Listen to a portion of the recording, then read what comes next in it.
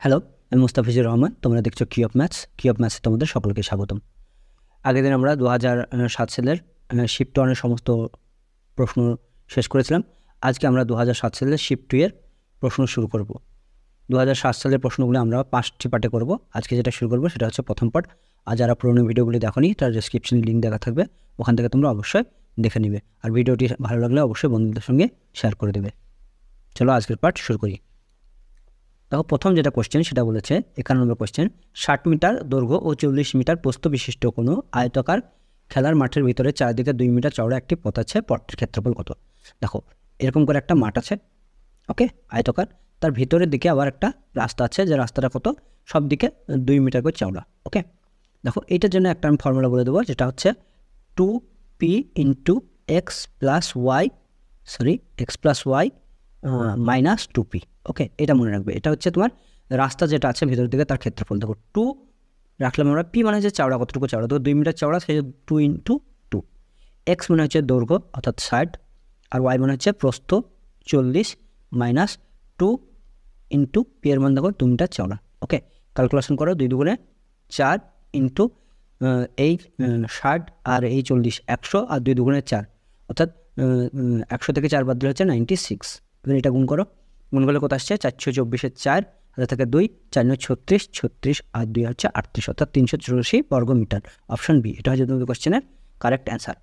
এরপরে দেখো 52 নম্বর কোশ্চেন কী বলছে, 8 মিটার এবং 15 মিটার বাহু বিশিষ্ট দুটি বর্গক্ষেত্রের ক্ষেত্রফলের সমান ক্ষেত্রফল বিশিষ্ট একটি বর্গক্ষেত্রের পরিসীমা কী হবে? অর্থাৎ দুটো ছোট ছোট বর্গক্ষেত্র আছে, ঠিক আছে, এই দুটো থেকে একটা বড় বর্গক্ষেত্র তৈরি করা হয়েছে, সেই বর্গক্ষেত্রের পরিসীমা কত হবে সেটা জিজ্ঞাসা করেছে তোমাকে, ওকে। তাহলে আমরা প্রথমকার বর্গক্ষেত্রের ক্ষেত্রফল বের করে নেবো 8 স্কোয়ার, প্লাস দ্বিতীয় বর্গক্ষেত্রের ক্ষেত্রফলও বের করে নেবো কত? 15 স্কোয়ার। এটা কত হচ্ছে? 8 64, আর 15 হচ্ছে 225, ওকে। যোগ করলে কত হচ্ছে? যোগ করলে হচ্ছে 290, অর্থাৎ এই যে বড় বর্গক্ষেত্রটা দেখতে পাচ্ছ তার ক্ষেত্রফল হচ্ছে 289। এখন বাহু বের করতে হবে, বাহু বের করার ফর্মুলা কি? বাহু বের করার ফর্মুলা হচ্ছে রুট ওভার দিতে হয়, কার? ক্ষেত্রফলের রুট ওভার করতে হয়। তাহলে কত আসলো? 289 বর্গমূল হচ্ছে 17, অর্থাৎ এর বাহু বের গেল। এখন কি চাই তোমার? এখন চাই হচ্ছে তোমার পরিসীমা কত। আর পরিসীমার ফর্মুলা কি? 4 ইন্টু বাহু, অর্থাৎ 4 ইন্টু বাহু কত বেড়েছে?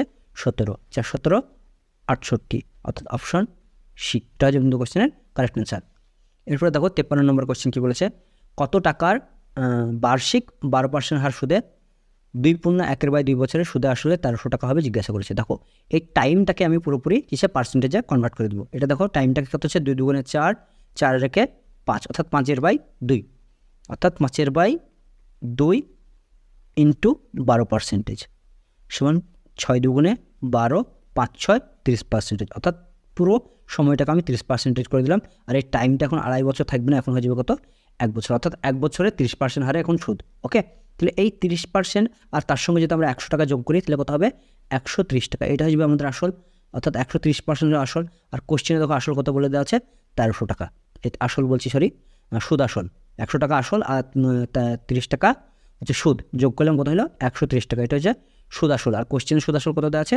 1300 টাকা, অর্থাৎ এই 130-এর মানই হচ্ছে তোমার 1300 টাকা। এখন দেখো, এই 13-র সঙ্গে যদি 13 কেটে দিই তাহলে এখানে কত থাকবে? 10%, আর এখানে কত থাকবে? 100।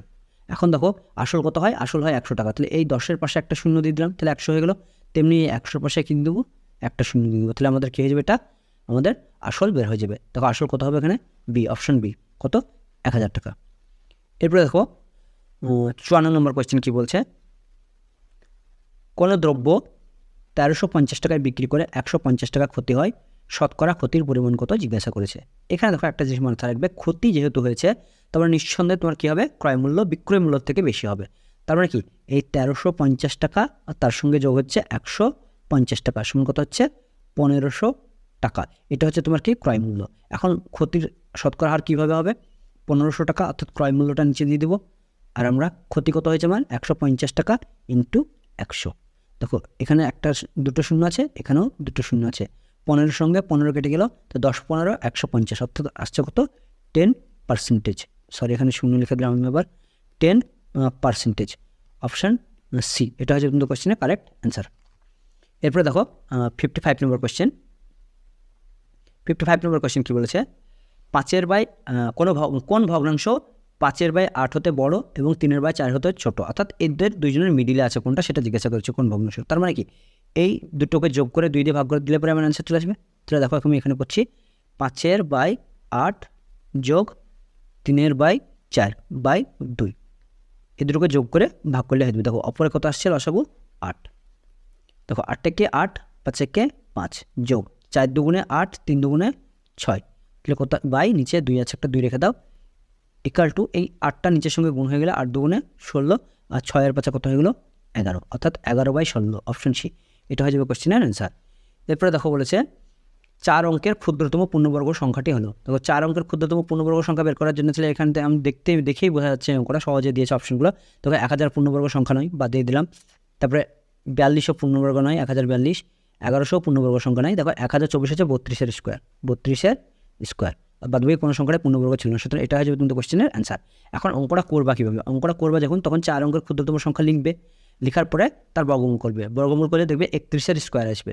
ওকে, 31-এর যদি স্কোয়ার আসে তাহলে সেটা দেখবে 961 মতো আসবে। তাহলে 961 দেখো তোমার 4 অঙ্কের হচ্ছে না, সেজন্য কী হবে 32-এর স্কোয়ার হবে ঠিক তার পরবর্তী সংখ্যা। ওকে, তোমরা এটা করে দেখে নিও।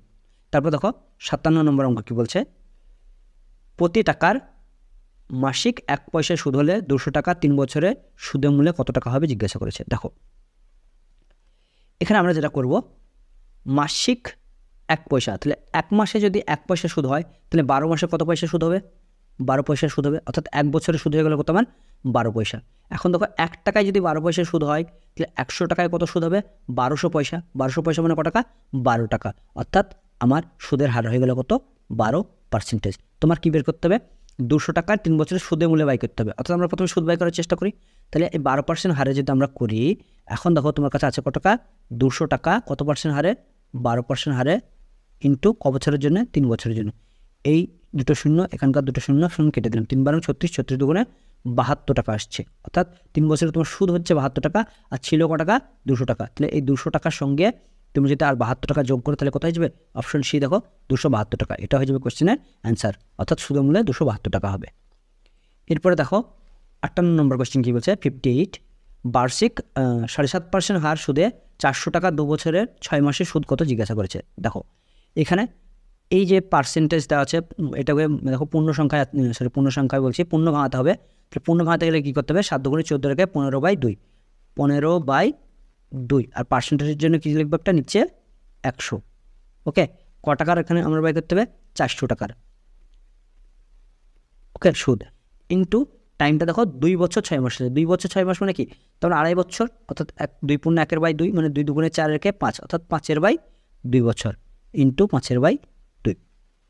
এখানকার দুটো শূন্য, এখানকার দুটো শূন্য কেটে দাও, 2 দুগুণে 4, এই 2 এর সঙ্গে এই 2 কেটে গেল, 5 × 15 = 75, অর্থাৎ সুদ কত হলো আমার?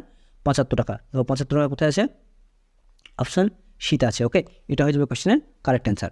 এরপরে দেখো 59 59 নম্বর কোশ্চেন বলছে, কোন ক্ষুদ্রতম সংখ্যা দ্বারা 486-কে গুণ করলে গুণফল একটি পূর্ণবর্গ সংখ্যা হবে।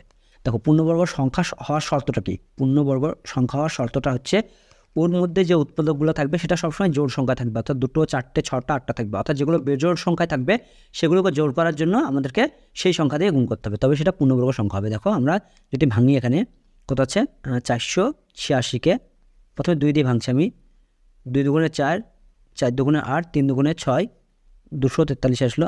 3 দিয়ে ভাঙছি, 3 × 8 = 24, 3 × 1 = 3, 3 দিয়ে ভাঙলে 27, আবার 3 দিয়ে ভাঙলে 3 × 9 = 27, আবার 3 দিয়ে ভাঙলে 3 × 3 = 9, অর্থাৎ দেখো এই এখানে দুটো 3, এখানেও দুটো 3, দেখো এদের জোড় আছে, দেখো এই 3-এরও জোড় নেই আর এই 2-এরও জোড় নেই, সেজন্য একটা 2 আর একটা 3 দিয়ে গুণ করলে তবেই 3-এরও জোড় আসবে আর এই 2-এরও জোড় আসবে, অর্থাৎ 2 × 3, অর্থাৎ আমাদেরকে 6 দিয়ে গুণ করতে হবে, তবে এটা পূর্ণবর্গ সংখ্যা হবে। দেখো কোথায় আছে? অপশন ডি, এটা হচ্ছে কিন্তু কোশ্চেনের অ্যান্সার।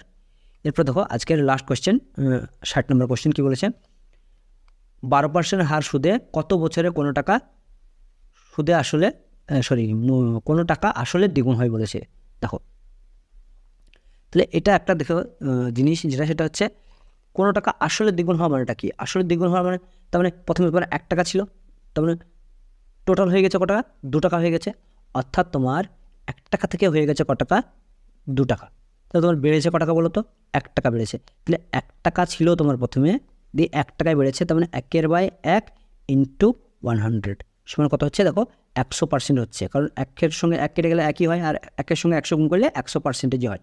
অর্থাৎ তুমি এখানে দেখতে পাচ্ছ সুদের হার কত তোমার চলে আসলো 100% টাকাটা বেরিয়েছে। ওকে, কিন্তু তোমার দেখো সুদের হার কত 12.5%, অর্থাৎ এই 12.5%-এর যত গুণ হয়েছে এখানে সেটাই হচ্ছে টাইম।